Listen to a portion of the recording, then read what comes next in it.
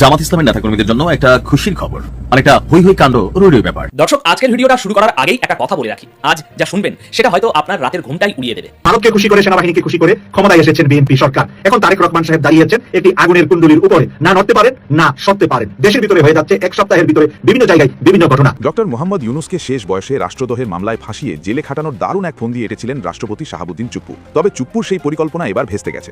উল্টো অবস্থা এখন এমন বেগতিক অবস্থায় গেছে যে চুপ্পুকে এবার রাষ্ট্রপতির পদ থেকে পদত্যাগ তো করতেই হবে, সেই সঙ্গে তার গ্রেফতার হওয়ার সম্ভাবনাও এখন শতভাগ নিশ্চিত। জুলাইয়ের সাথে গাদ্দারি করলে বাংলাদেশে কেউ ক্ষমতায় থাকতে পারবে না, বিএনপিও না। কারণ জুলাই জিন্দা আছে, বিপ্লব জিন্দা আছে, শহীদেরা জিন্দা আছে। জুলাইয়ের সাথে গাদ্দারি করলে আবারও রাস্তায় নেমে আসবে আরো একবার সেই রোয়ারি পাবন, বাতিলের ভাষায় নিয়ে যাবে আরো একবার। সন্ত্রাসী নুরাকে 24 ঘন্টার মধ্যে গ্রেফতার না করতে পারলে প্রয়োজনে বিরোধী দলকে পরামর্শ দেব, রাস্তায় নেমে আমার এই আমিনা বেগমের হত্যাকারীদের গ্রেফতারে সরকারকে বাধ্য করতে হবে।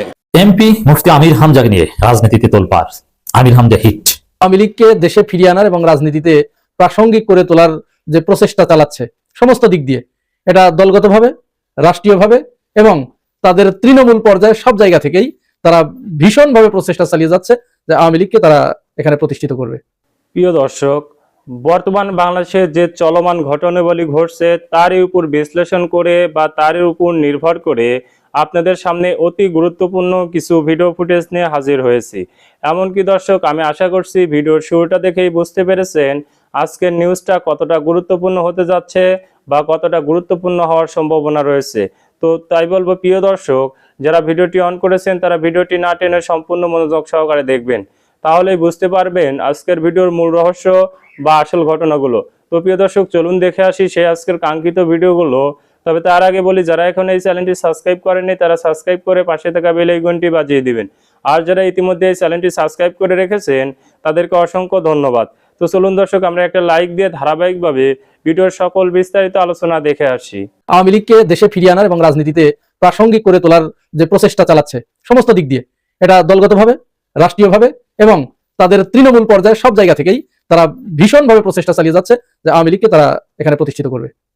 এখন প্রশ্ন উঠছে যে কেন যে বিএনপি আওয়ামী লীগের হাতে এত নির্যাতিত হয়েছে, এত মার খেয়েছে, এত আহত হয়েছে, এত পঙ্গুত্ব বরণ করেছে, এত জেল জুলুম হুলিয়া, এরপরেও বিএনপি হঠাৎ করে কি হলো তাদের যে তারা আওয়ামী লীগকে পুনর্বাসন করার এবং দেশে ফিরিয়ে আনার, রাজনীতিতে প্রতিষ্ঠিত করার প্রচেষ্টা চালিয়ে যাচ্ছে?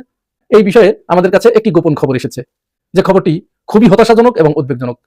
খবরে জানানো হয়েছে এবং রাজনৈতিক বিশ্লেষকরা যেটি বলছেন সেটি হচ্ছে জামাত ইসলামের মতো বিরোধী দল এই দেশে থাকার কারণে বিএনপি চরম অস্তিত্ব সংকটে পড়েছে, চরম ইমেজ সংকটে পড়েছে। তাদের ইমেজ ক্রমান্বয়ে ডাউনফল হচ্ছে। জামাতের ইমেজ ক্রমান্বয়ে ঊর্ধ্বমুখী আর বিএনপির ইমেজ ক্রমান্বয়ে ডাউনফল। এখন এইটা কি কারণে? এর কারণ হচ্ছে, আপনারা জানেন বিএনপি এবং আওয়ামী লীগ এই দুটি দলই দলগতভাবেই এরা চরম দুর্নীতিগ্রস্ত দল। দুইটি দলই দুর্নীতিগ্রস্ত দল, চাঁদাবাজি দল। দলগতভাবেই এরা এই বিষয়টা লালন করে।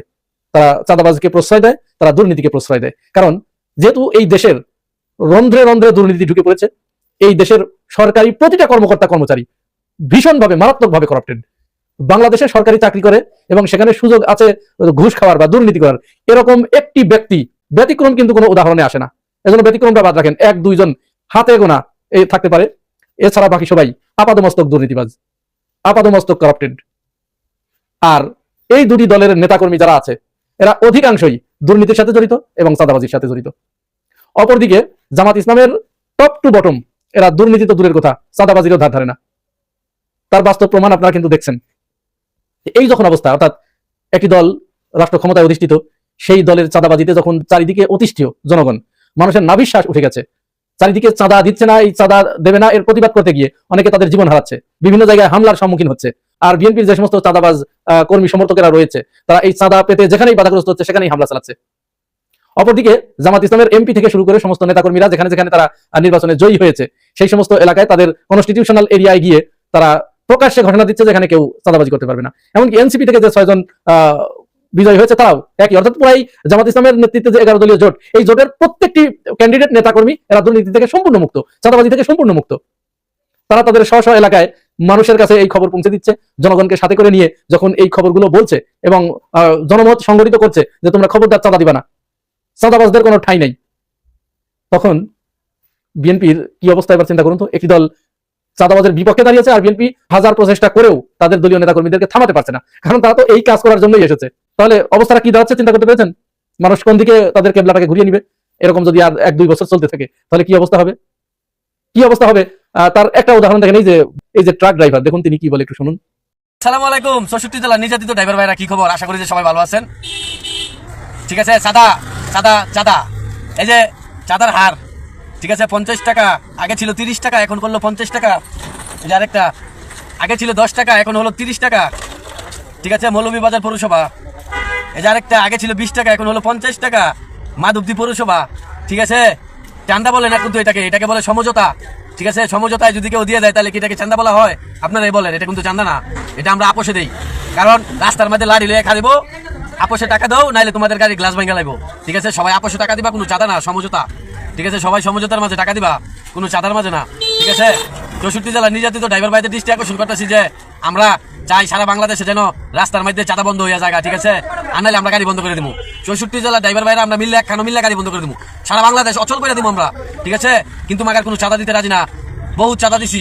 ঠিক আছে, আরো যদি চাঁদা দিতে হয় আমরা গাড়ি চালানি বন্ধ করে দেবো। ঠিক আছে, সাধারণ দেখেন 3টা স্লিপে এনে 130 টাকা। ঠিক আছে, 130 টাকা, এরকম দৈনিক 400-500 টাকা 1000 টাকা এমন ড্রাইভার আছে দিতে হয় সারা বাংলাদেশে চান্দা। ঠিক আছে, আমরা চান্দা দিয়ে গাড়ি চালাতে রাজি না, বহুত চান্দা দিছি। শুনেছেন তো ট্রাক ড্রাইভারের কথা? তারা 64 জেলায় এইভাবে গণপ্রতিরোধ গড়ে তুলতে যাচ্ছে। তারা কোনরূপ স্পেস দিতে চাচ্ছে না চাঁদাবাজদের। শুধু তাই নয়, সামাজিকভাবেও এটার ব্যাপক একটা ক্রিয়া প্রতিক্রিয়া সৃষ্টি হয়েছে। গতকাল এই তেজগাঁও কলেজের ছাত্রদল যখন চাঁদাবাজি করতে যায়, তেজগাঁও কলেজের আশেপাশে স্থানীয় বাসিন্দা যারা আশেপাশের ছোট ছোট টং দোকানদারদের কাছ থেকে তারা চাঁদাবাজি করতে যায়। এই চাঁদাবাজি করতে গেলে স্থানীয় জনতা, তারা যারা খেটে খাওয়া মানুষ, এরা তাদেরকে প্রতিহত করে, বাধা দেয় যে না, চাঁদা দিব না।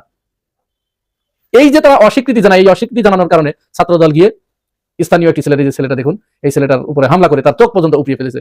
পরবর্তীতে ওই তেজগাঁও এলাকার ফার্মগেট এলাকার স্থানীয় জনতা এই যে দেখুন মিছিল করেছে চাঁদাবাজদের বিরুদ্ধে।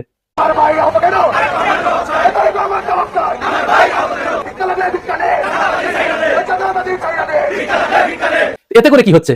এতে করে বিএনপি চরম ইমেজ সংকটে পড়ে যাচ্ছে, যার কারণে এখন যে গোপন তথ্যটা বের হয়ে এসেছে, বিএনপির অনেক নেতাকর্মী এখন কেন্দ্রে তাদের দলীয় প্রধানদের কাছে এই বার্তা পাঠাচ্ছে এবং তারা প্রকাশ্যে এই ধরনের বক্তব্য দিয়েছে যে আওয়ামী লীগকে অতি দ্রুত ফিরিয়ে আনা হোক, আওয়ামী লীগ ফিরিয়ে না আনলে আমরা এদেশে আর রাজনীতি করতে পারবো না। যেহেতু আওয়ামী লীগও চাঁদাবাজ, বিএনপিও চাঁদাবাজ, আমরা প্রয়োজনে 5 বছর করে ভাগ করে খাবো। কিন্তু জামাত ইসলাম এখানে যা করছে, এইটা যদি টিকে থাকে এবং জামাত ইসলাম যদি একবার ক্ষমতায় আসতে পারে, তাহলে আমাদের এই যে রুটি রুজি চাঁদার মাধ্যমে সবকিছু ধূলিসাৎ হয়ে যাবে। সুতরাং এই দলকে যে করেই হোক বাংলাদেশের রাজনীতি থেকে অপ্রাসঙ্গিক করতে হবে, এদেরকে এখান থেকে রিমুভ করতে হবে। এই স্বাধীনতা বিরোধীদেরকে, এই রাজাকারদেরকে এখানে কোনো মতো অবস্থায় ঠাঁই দেওয়া হবে না। বুঝতে পারছেন তো রাজাকার মানে? এবার বুঝতে পারছেন তো রাজাকার মানে হচ্ছে যারা চাঁদাবাজদের বিরুদ্ধে রুখে দাঁড়ায়, আর তথাকথিত মুক্তিযুদ্ধের পক্ষের স্লোগান হচ্ছে যারা চাঁদাবাজ, যারা দুর্নীতিবাজ। এরা হচ্ছে এই মুক্তিযুদ্ধের ধোয়া তুলে তারা তথাকথিত রাজাকারের স্লোগান দিয়ে বয়ান উৎপাদন করে তাদেরকে এখান থেকে বিদায় করতে চাচ্ছে। অথচ মুক্তিযুদ্ধের স্লোগান কি এটা হওয়ার কথা ছিল? মুক্তিযুদ্ধের যে চেতনা, এই চেতনা কি খারাপ? না, এই চেতনা কিন্তু খারাপ ছিল না। মহান মুক্তিযুদ্ধের মাধ্যমে আমরা আমাদের স্বাধীনতা পেয়েছি, স্বাধীনভাবে একটা মানচিত্র পেয়েছি। অথচ সেইটাকে তারা এমন পর্যায়ে নিয়ে গেছে, এমন ঘৃণার বস্তু বানিয়ে ফেলেছে যে এখন কেউ যদি মুক্তিযুদ্ধের চেতনার কথা বলে, একবারে চোখ বুঝে মনে করা হয় যে এটা চাঁদাবাজ, ওরা দুর্নীতিবাজ এবং ভারতের দালাল, এছাড়া আর কিচ্ছু না।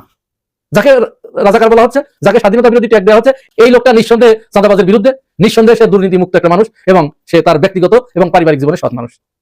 এটি আমাদের কাছে পরিষ্কার হয়ে গেছে। যার কারণে এখন তারা আওয়ামী লীগকে ফিরিয়ে আনার জন্য উঠে পড়ে লেগেছে এবং তারা বিভিন্ন জায়গায় আওয়ামী লীগের অফিসের তালা খুলে দিচ্ছে, আওয়ামী লীগের লোকজনদেরকে পুনর্বাসিত করছে এবং তারা এই বক্তব্য প্রদান করছে যে প্রয়োজনে আমরা 5 বছর খাবো, ওরা 5 বছর খাবে। কারণ চাঁদা তো এখানে বন্ধ হওয়ার কোনো ব্যাপার নাই। আওয়ামী লীগ আসলে আওয়ামী লীগের লোকজন খাবে, তখন বিএনপির লোকজন রেস্ট নেবে, আর বিএনপি এখন এসেছে, আওয়ামী লীগের লোকজন রেস্ট নেবে। তারা আগে তো 16 বছর খেয়েছে, এইভাবে তারা ভাগ করে খাবে।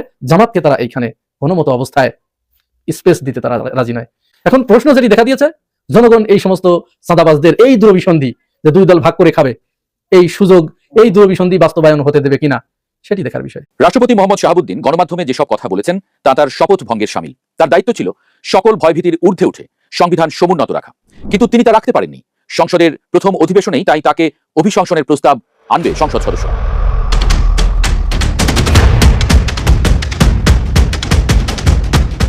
রাষ্ট্রপতিকে সরিয়ে দিতে হবে, এই দাবি অনেক দিনের। বিগত অন্তর্বর্তীকালীন সরকারের সময়ে এই দাবি উঠেছিল ছাত্র জনতার পক্ষ থেকে। বিএনপির একটা অংশ এই প্রস্তাব সমর্থন করে, তবে বিএনপির শীর্ষ নেতৃত্ব অর্থাৎ তারেক রহমানের আপোষহীন অবস্থানের কারণে সেই সময় টিকে যান রাষ্ট্রপতি মোহাম্মদ শাহাবুদ্দিন। কিন্তু আকস্মিকভাবে রাষ্ট্রপতি নিজেই রয়টার্সকে জানান নির্বাচনের পরে পদত্যাগ করবেন। এই কারণে নির্বাচনের পর আলোচনায় আসে রাষ্ট্রপতি কে হচ্ছেন। রাষ্ট্রপতি এখন অবশ্য জানাচ্ছেন সেই সময় মনে দুঃখ পেয়ে ওই মন্তব্য করেছিলেন। এখন তিনি আর পদত্যাগ করতে চান না। তবে বিএনপি যদি তাকে রাষ্ট্রপতি হিসেবে না চায়, তাহলে তিনি চলে যেতে প্রস্তুত আছেন। অর্থাৎ বিএনপি সরকারের সময়ে রাষ্ট্রপতি হিসেবে বিএনপির পারপাস সার্ভ করতে চান তিনি। কি সেই পারপাস? আর কেনই বা আওয়ামী লীগের নেতা হয়েও রাষ্ট্রপতি বিএনপির সেবা করতে চান? অনেক প্রশ্ন, হিসাবও অনেক। প্রথমেই মনে করিয়ে দিতে চাই রাষ্ট্রপতির ব্যাকগ্রাউন্ড। ছাত্র জীবনে করতেন ছাত্রলীগ, পাবনা জেলা ছাত্রলীগের সভাপতি ছিলেন। ছাত্র অবস্থাতেই মুক্তিযুদ্ধে যোগ দেন। মুক্তিযুদ্ধের পর পড়াশোনা শেষ করে প্রথমে কয়েক বছর সাংবাদিকতা করেন, এরপরে যোগ দেন সিভিল সার্ভিসে। বিচার ক্যাডারের কর্মকর্তা হিসেবে জেলা ও দায়রা জজ হিসেবে অবসর নেন। পরবর্তীতে 5 বছর কাজ করেন দুদকের কমিশনার হিসেবে। 2023 সালে দায়িত্ব নেন বাংলাদেশের রাষ্ট্রপতির। সে সময় তিনি আওয়ামী লীগের কেন্দ্রীয় কমিটির প্রচার ও প্রকাশনা উপকমিটির চেয়ারম্যান ছিলেন। 2023 সালের 12 ফেব্রুয়ারি আওয়ামী লীগের দলীয় প্রার্থী হিসেবে মোহাম্মদ শাহাবুদ্দিনের মনোনয়নপত্র নির্বাচন কমিশনে জমা দেন ওবায়দুল কাদের, জাহাঙ্গীর কবির নানক ও লিটন চৌধুরী। আইনের দিক থেকে মোহাম্মদ শাহাবুদ্দিন বাংলাদেশের রাষ্ট্রপতি, কিন্তু তিনি আওয়ামী লীগের দলীয় মনোনীত। একই সাথে মনে রাখা দরকার, তিনি আওয়ামী লীগের কেন্দ্রীয় নেতাও বটে। আইনগতভাবে তার রাষ্ট্রপতি থাকার কোনো বাধা নেই, কিন্তু নৈতিক অবস্থান কিছুটা দুর্বল করে দেয়। কিন্তু এই দুর্বল অবস্থান নিয়েই রাষ্ট্রপতি থেকে যেতে চান। গণমাধ্যমে তিনি জানিয়েছেন বিএনপি চাইলে তিনি থাকবেন। অর্থাৎ রাষ্ট্রপতি মোহাম্মদ শাহাবুদ্দিন চুপ্পু এখন বিএনপিকে সার্ভ করতে চাচ্ছেন।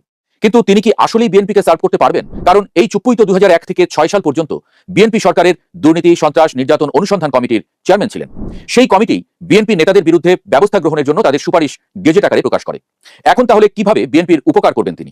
বড় উপকারটি অবশ্য তিনি করে ফেলেছেন, তা হলো নির্বাচন আয়োজন। আগেই যেমনটি বলছিলাম, রাষ্ট্রপতি নিজেই বলেছেন অন্তর্বর্তী সরকারের সময় বারবার রাষ্ট্রপতিকে সরিয়ে দেওয়ার চেষ্টা করা হয়। তিনি সরে গেলে নির্বাচনটি অনিশ্চিত হয়ে পড়ত। বিএনপি চেয়ারম্যান তারেক রহমানের আপোষহীন অবস্থানের কারণে নিজের আসনে দৃঢ় থাকেন রাষ্ট্রপতি শাহাবুদ্দিন চুপ্পু। ফলে নির্বাচনটি যথাসময়ে অনুষ্ঠিত হয়, আর সেই নির্বাচনে জিতেই ক্ষমতায় আসে বিএনপি। বিএনপির কাছে রাষ্ট্রপতির দ্বিতীয় ঋণটি সম্ভবত অধ্যাদেশ বাতিল করা। ডক্টর ইউনূস সরকারের সময় জারি করা 133টি অধ্যাদেশ নিয়ে এরই মধ্যে রাষ্ট্রপতি গণমাধ্যমে প্রশ্ন তুলেছেন। তিনি বলেছেন এগুলো যথাযথ প্রক্রিয়ায় জারি করা হয়নি। এর মধ্যে জুলাই সনদ বাস্তবায়ন আদেশটি বিশেষভাবে গুরুত্বপূর্ণ। এই আদেশটি জুলাই সনদের এমন কিছু ধারা বিএনপি সরকারকে মানতে বাধ্য করবে যার সঙ্গে বিএনপি একমত নয়। ফলে বিএনপি চায় এই আদেশটি বাতিল হয়ে যাক। রাষ্ট্রপতি এরই মধ্যে এসব অধ্যাদেশ জারির কার্যপদ্ধতি নিয়ে প্রশ্ন তুলেছেন। রাষ্ট্রপতির কার্যালয়ের মাধ্যমে যদি এই আদেশগুলো নিয়ে প্রশ্ন তোলা যায় বা এগুলো বাতিল করা যায়, তাহলে বিএনপি নিজে উদ্যোগ না নিয়েই জুলাই সনদের আপত্তিকর ধারাগুলো বাস্তবায়নের ঝামেলা থেকে মুক্তি পেয়ে যাবে। অর্থাৎ সাপও মরবে, লাঠিও ভাঙল না। তৃতীয় লাভটি এরই মধ্যে সবাই জানেন, তা হলো জাতীয় সংসদে হাসিনা সরকারের দুর্নীতি, সন্ত্রাস নিয়ে কথা বলবেন রাষ্ট্রপতি মোহাম্মদ শাহাবুদ্দিন। রাষ্ট্রপতির ভাষণে ছাত্র জনতার জুলাই আন্দোলন, বিরোধী রাজনৈতিক শক্তির উপরে নির্যাতন, গুম খুন, তথাকথিত আয়নাঘর সহ দমন পীড়নের বর্ণনা বিস্তারিতভাবে উঠে আসবে। একই সঙ্গে ভোটারবিহীন এবং প্রহসনের 10ম, 11 ও 12 জাতীয় সংসদ নির্বাচনের মাধ্যমে শেখ হাসিনার ক্ষমতায় থাকার বর্ণনা থাকবে। পাশাপাশি বিরোধী দলের উপরে দমন পীড়ন, গুম খুন এবং গণতন্ত্র সংকুচিত করার অভিযোগগুলো তুলে ধরা হবে। আমরা জানি রাষ্ট্রপতির ভাষণ তিনি বা তার অফিসে প্রস্তুত করা হয় না। ভাষণের খসড়া তৈরি করে মন্ত্রিপরিষদ বিভাগ, যা পরে মন্ত্রিসভার বৈঠকে অনুমোদিত হয়। রাষ্ট্রপতি অর্থাৎ আওয়ামী লীগের একজন কেন্দ্রীয় নেতার মুখ থেকে আওয়ামী লীগের দুর্নীতি, সন্ত্রাস, হত্যা, নির্যাতনের বিবরণ সংসদের দলিল হিসেবে রাখা বিএনপির সাফল্য হিসেবেই গণ্য হবে। কিন্তু এত কিছু করেও কি রাষ্ট্রপতি নিজের গদি বাঁচাতে পারবেন? বিরোধী দলের পক্ষ থেকে এরই মধ্যে তার বিরুদ্ধে বেশ কিছু অভিযোগ আনা হয়েছে। বিরোধী দলীয় নেতা ডাক্তার শফিকুর রহমান বলেছেন রাষ্ট্রপতি অনেক সত্য গোপন করেছেন। তার এখনকার কথা আর আগের কথা এক নয়। রাষ্ট্রের সর্বোচ্চ জায়গা থেকে এরকম আচরণ গ্রহণযোগ্য নয়। তবে বিরোধী দলের চিফ হুইপ নাহিদ ইসলাম আরো কঠোর বার্তা দিয়েছেন। তিনি বলেছেন সংসদের প্রথম কাজ হবে রাষ্ট্রপতির অভিশংসন। তিনি আশা প্রকাশ করেন সরকার এবং বিরোধী দল সবাই মিলেই তা করবে, কারণ ফ্যাসিবাদের বিরুদ্ধে জাতীয় ঐক্য আছে। জুলাই গণহত্যায় রাষ্ট্রপতির ভূমিকার সমালোচনা করে তিনি বলেন সেই নির্মম হত্যাযজ্ঞের সময় রাষ্ট্রপতি রাষ্ট্রের অভিভাবকের দায়িত্ব পালন করেননি। তিনি নীরব এবং নিষ্ক্রিয় ভূমিকা পালন করেছিলেন। বৈষম্য বিরোধী ছাত্র আন্দোলনের পক্ষ থেকে কোটা সংস্কার দাবি নিয়ে আমরা বঙ্গভবন পর্যন্ত গিয়েছিলাম। তার নিষ্ক্রিয়তার কারণে এই গণহত্যা সংঘটিত হয়েছে। আরো কথা আছে, ছাত্র জনতার আন্দোলনের মুখে হাসিনা সরকারের পতন হলে ডক্টর ইউনূস প্রধান উপদেষ্টা হিসেবে দায়িত্ব নেন। গণমাধ্যমে সাক্ষাৎকারে রাষ্ট্রপতি বলেছেন গত 1.5 বছরে একের পর এক সংবিধান লঙ্ঘন করেছেন ডক্টর ইউনূস। রাষ্ট্রপতি নিজে এটা জানতেন, কিন্তু কোনো আইনি বা সাংবিধানিক পদক্ষেপ নেননি। তিনি বলেছেন ঝামেলামুক্ত থাকার জন্য তিনি বিষয়গুলো এড়িয়ে গেছেন। কিন্তু রাষ্ট্রপতির পদে থেকে কি এভাবে এড়িয়ে যাওয়া সম্ভব? সংবিধান লঙ্ঘন যেমন শাস্তিযোগ্য অপরাধ, তেমনি সংবিধান লঙ্ঘনের সহযোগিতা বা উস্কানি বা অনুমোদন বা সমর্থন করলেও একই শাস্তি হয়। নিজের চোখের সামনে সংবিধান লঙ্ঘিত হতে দেখেও রাষ্ট্রপতির কোনো পদক্ষেপ না নেওয়া কি সংবিধান লঙ্ঘনে সহযোগিতার শামিল? এমপি মুফতি আমির হামজাকে নিয়ে রাজনীতিতে তোলপাড়। আমির হামজা হিট। দর্শক, নট অনলি আমির হামজা, জামাত ইসলামের মাননীয় সংসদ সদস্যবৃন্দ ইতিহাসের পাতায় অবিস্মরণীয় হয়ে থাকবে। অলরেডি জামাতের এমপিদের মানুষ দেখছে, আর যেসব এলাকায় জামাতের এমপি হয়নি তারা আক্ষেপ করছে আমাদের এলাকার এমপি যদি জামাতের হতো। বিশেষ করে যারা ধান্দাবাজ না, সাধারণ মানুষ যারা চায় রাষ্ট্রটা সুন্দরভাবে চলুক, সমাজটা চাঁদাবাজ মুক্ত হোক, সমাজটা মাদক মুক্ত হোক এবং রাষ্ট্রীয় সুযোগ সুবিধা মানুষ পাক, নেতারা জনগণের সেবক হয়ে উঠুক।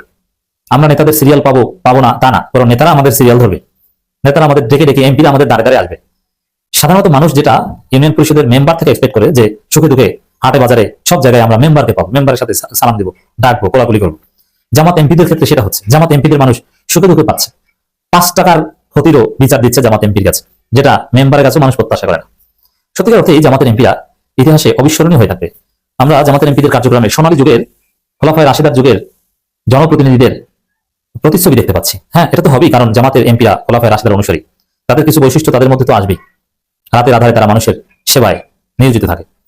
জামাতের এমপিরা সাইকেল চালিয়ে সালাম দিয়ে মানুষের সাথে পরিচয় হয় যে দাদা আমি এমপি, আপনি কেমন আছেন? আপনি বাংলাদেশে দেখাতে পারবেন যে এমপি মানুষের দাঁড়ে দাঁড়িয়ে সাইকেল চালিয়ে যে তারপরে বলে যে আমি এমপি, আপনি কেমন আছেন? ছেলেরা ফুটবল খেলায়, ছেলেদের ডেকে বলে যে আমি এমপি, তোমাদের একটা ফুটবল দিয়ে যায়, তোমরা খেলো।